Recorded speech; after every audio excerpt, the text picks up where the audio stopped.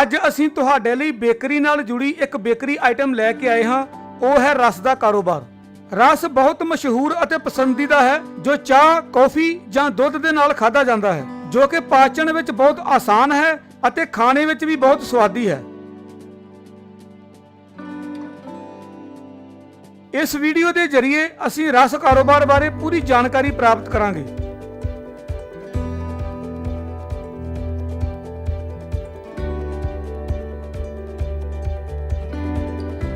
ਸਭ ਤੋਂ ਪਹਿਲਾਂ ਸਿਫਟਰ ਮਸ਼ੀਨਾਂ ਦੀ ਮਦਦ ਨਾਲ ਕੱਚੇ ਮਾਲ ਦੀ ਸਫਾਈ ਕੀਤੀ ਜਾਂਦੀ ਹੈ। ਇਸ ਤੋਂ ਬਾਅਦ ਸਾਰਾ ਕੱਚਾ ਮਾਲ ਜਿਵੇਂ ਕਿ ਮੈਦਾ, ਸੂਜੀ, ਘਿਓ, ਗਲੂਕੋਜ਼, ਕਸਟਰਡ, ਦੁੱਧ, ਇਲਾਇਚੀ ਅਤੇ ਖਮੀਰ ਸੁਧਾਰਕ ਮਿਕਸਰ ਮਸ਼ੀਨ ਦੇ ਅੰਦਰ ਲੋੜੀਂਦੀ ਮਾਤਰਾ ਵਿੱਚ ਬਾਹਰ ਕੱਢਿਆ ਜਾਂਦਾ ਹੈ। ਫਿਰ ਇਸ ਵਿੱਚ 15% ਤੱਕ ਪਾਣੀ ਮਿਲਾਇਆ ਜਾਂਦਾ ਹੈ। ਇਸ ਮਿਕਸਰ ਮਸ਼ੀਨ ਦੀ ਸਮਰੱਥਾ ਲਗਭਗ 100 ਕਿਲੋਗ੍ਰਾਮ ਹੈ।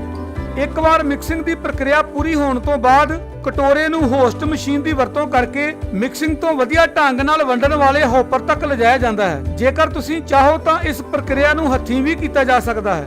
ਹੁਣ ਕੱਚੇ ਮਾਲ ਨੂੰ ਹੋਸਟ ਮਸ਼ੀਨ ਤੋਂ ਡਿਵਾਈਡਰ ਮਸ਼ੀਨਾਂ ਦੇ ਹੋਪਰ ਵਿੱਚ ਤਬਦੀਲ ਕੀਤਾ ਜਾਂਦਾ ਹੈ। ਡਿਵਾਈਡਰ ਮਸ਼ੀਨ ਕੱਚੇ ਮਾਲ ਦੇ ਆਟੇ ਨੂੰ ਛੋਟੇ ਅਤੇ ਬਰਾਬਰ ਆਕਾਰ ਦੇ ਆਟੇ ਵਿੱਚ ਬਦਲਣ ਵਿੱਚ ਮਦਦ ਕਰਦੀ ਹੈ। ਡਿਵਾਈਡਰ ਮਸ਼ੀਨਾਂ ਤੋਂ ਛੋਟੇ ਆਕਾਰ ਦੇ ਆਟੇ ਨੂੰ ਕਨਵੇਅਰ ਬੈਲਟ ਦੀ ਵਰਤੋਂ ਕਰਕੇ ਮੋਲਡਰ ਮਸ਼ੀਨ ਦੇ ਹੋਪਰ ਵਿੱਚ ਪਾਸ ਕੀਤਾ ਜਾਂਦਾ ਹੈ।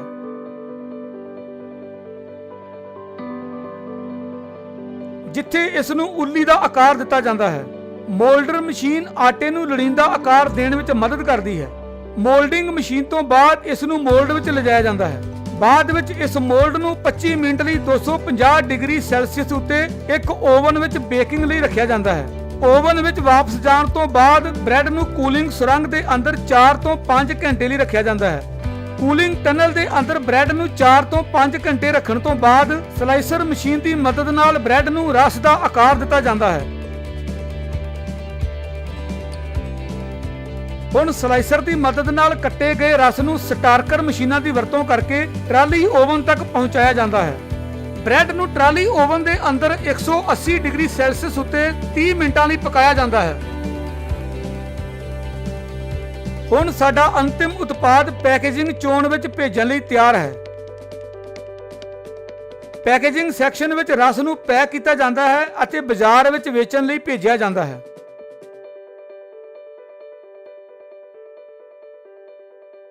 ਇਸ ਕਾਰੋਬਾਰ ਨੂੰ ਵਧੀਆ ਪੱਧਰ ਉੱਤੇ ਸ਼ੁਰੂ ਕਰਨ ਲਈ ਜਿਨ੍ਹਾਂ ਮਸ਼ੀਨਾਂ ਦੀ ਲੋੜ ਪਵੇਗੀ ਉਹ ਹਨ sifter machine, mixer machine, hoist machine, divider machine, moulder machine, trolley oven, cooling tunnel, conveyor, slicer machine ਅਤੇ ਪੈਕੇਜਿੰਗ ਮਸ਼ੀਨ। ਰਸ ਬਣਾਉਣ ਲਈ ਤੁਹਾਨੂੰ ਮੈਦਾ, ਸੂਜੀ, ਖੰਡ, ਘਿਓ, ਗਲੂਕੋਜ਼, ਕਸਟਰਡ, ਦੁੱਧ, ਇਲਾਇਚੀ, ਖਮੀਰ ਸੁਧਾਰਕ ਅਤੇ ਨਮਕ ਆਦਿ ਦੀ ਲੋੜ ਹੋਵੇਗੀ।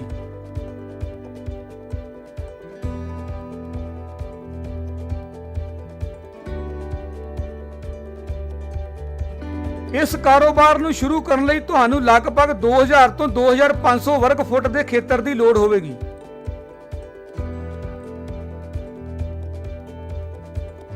ਇਸ ਕਾਰੋਬਾਰ ਨੂੰ ਸਥਾਪਿਤ ਕਰਨ ਲਈ ਤੁਹਾਨੂੰ 12 ਤੋਂ 15 ਮੈਨ ਪਾਵਰ ਦੀ ਲੋੜ ਪਵੇਗੀ। ਤੁਹਾਨੂੰ ਇਸ ਕਾਰੋਬਾਰ ਨੂੰ ਸ਼ੁਰੂ ਕਰਨ ਲਈ ਲਗਭਗ 40 ਲੱਖ ਤੋਂ 45 ਲੱਖ ਰੁਪਏ ਦੀ ਲੋੜ ਹੋਵੇਗੀ। ਤੁਸੀਂ ਇਸ ਕਾਰੋਬਾਰ ਨੂੰ ਛੋਟੇ ਪੈਮਾਨੇ ਉੱਤੇ ਵੀ ਸ਼ੁਰੂ ਕਰ ਸਕਦੇ ਹੋ।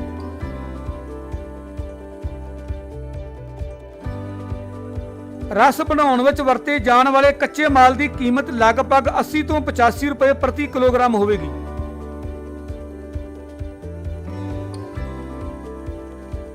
ਪੈਕੇਜਿੰਗ, ਲੇਬਰ ਅਤੇ ਹੋਰ ਓਵਰਹੈਡਾਂ ਲਈ 20 ਰੁਪਏ ਜੋੜਨ ਉੱਤੇ 1 ਕਿਲੋ ਰਸ ਲਗਭਗ 100 ਰੁਪਏ ਤੋਂ 105 ਰੁਪਏ ਵਿੱਚ ਬਣਾਇਆ ਜਾ ਸਕਦਾ ਹੈ।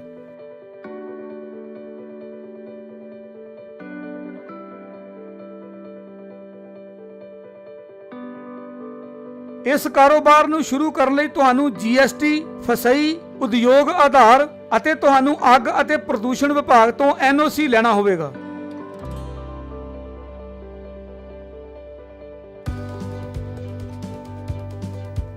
ਰਾਸ਼ਟਰੀ ਭੋਜਨ ਤਕਨਾਲੋਜੀ ਉਦਮਤਾ ਅਤੇ ਪ੍ਰਬੰਧਨ ਸੰਸਥਾਵਾਂ, ਫੂਡ ਪ੍ਰੋਸੈਸਿੰਗ ਅਤੇ ਉਦਯੋਗ ਮੰਤਰਾਲਾ, ਭਾਰਤ ਸਰਕਾਰ ਦੇ ਅਧੀਨ ਫੂਡ ਪ੍ਰੋਸੈਸਿੰਗ ਅਤੇ ਪ੍ਰਬੰਧਨ ਦੇ ਖੇਤਰ ਵਿੱਚ ਕੰਮ ਕਰ ਰਹੇ ਖੋਜ ਅਤੇ ਖੋਜ ਦੇ ਕੇਂਦਰ ਹਨ। ਐਜੂਕੇਸ਼ਨ ਇੰਸਟੀਚਿਊਟ ਆਫ ਐਜੂਕੇਸ਼ਨ ਅਤੇ ਰਿਸਰਚ ਫੂਡ ਪ੍ਰੋਸੈਸਿੰਗ ਉਦਯੋਗ ਦੇ ਛੋਟੇ ਅਤੇ ਮੱਧਮ ਉਦਯੋਗ ਮੰਤਰਾਲੇ ਦੀ ਮਦਦ ਲਈ ਵੀ ਕੰਮ ਕਰ ਰਹੇ ਹਨ। ਭਾਰਤ ਸਰਕਾਰ ਨੇ ਹਾਲ ਹੀ ਵਿੱਚ ਪ੍ਰਧਾਨ ਮੰਤਰੀ micro food enterprise upgradation scheme PMFME launch ਕੀਤੀ ਹੈ। ਇਹ ਫੂਡ ਪ੍ਰੋਸੈਸਿੰਗ ਉਦਯੋਗਾਂ ਦੇ ਮੰਤਰਾਲੇ ਦੀ ਕੋਸ਼ਿਸ਼ ਹੈ ਕਿ ਉਦਮੀਆਂ ਨੂੰ ਵੱਖ-ਵੱਖ ਯੋਜਨਾਵਾਂ ਦੇ ਸੰਬੰਧ ਵਿੱਚ ਸਹਾਇਤਾ ਜਾਂ ਉਦਮੀ ਪ੍ਰਦਾਨ ਕਰਨ ਵਿੱਚ ਮਦਦ ਕੀਤੀ ਜਾ ਸਕੇ।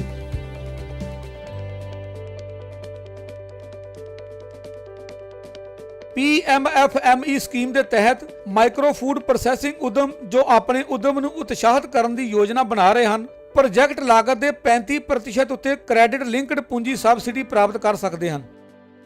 ਵੱਧ ਤੋਂ ਵੱਧ ਸਬਸਿਡੀ ਪ੍ਰਤੀ ਐਂਟਰਪ੍ਰਾਈਜ਼ 10 ਲੱਖ ਰੁਪਏ ਤੱਕ ਹੋ ਸਕਦੀ ਹੈ। ਲਾਭਪਾਤਰੀ ਦਾ ਯੋਗਦਾਨ ਘੱਟੋ-ਘੱਟ 10% ਹੋਣਾ ਚਾਹੀਦਾ ਹੈ ਅਤੇ ਬਾਕੀ ਰਕਮ ਬੈਂਕ ਤੋਂ ਲੋਨ ਹੋਣੀ ਚਾਹੀਦੀ ਹੈ। ਇਹ ਸਕੀਮ 35% ਕ੍ਰੈਡਿਟ ਲਿੰਕਡ ਗ੍ਰਾਂਟਾਂ ਦੇ ਨਾਲ ਸਮੁੱਚੀ ਮੁੱਲ ਲੜੀ ਦੇ ਨਾਲ ਸਹਾਇਤਾ ਪ੍ਰਦਾਨ ਕਰੇਗੀ। ਪੂੰਜੀ ਨਿਵੇਸ਼ ਲਈ FPO SHG ਉਤਪਾਦਕ ਸਹਿਕਾਰੀ ਸਭਾਵਾਂ। ਧੰਨਵਾਦ।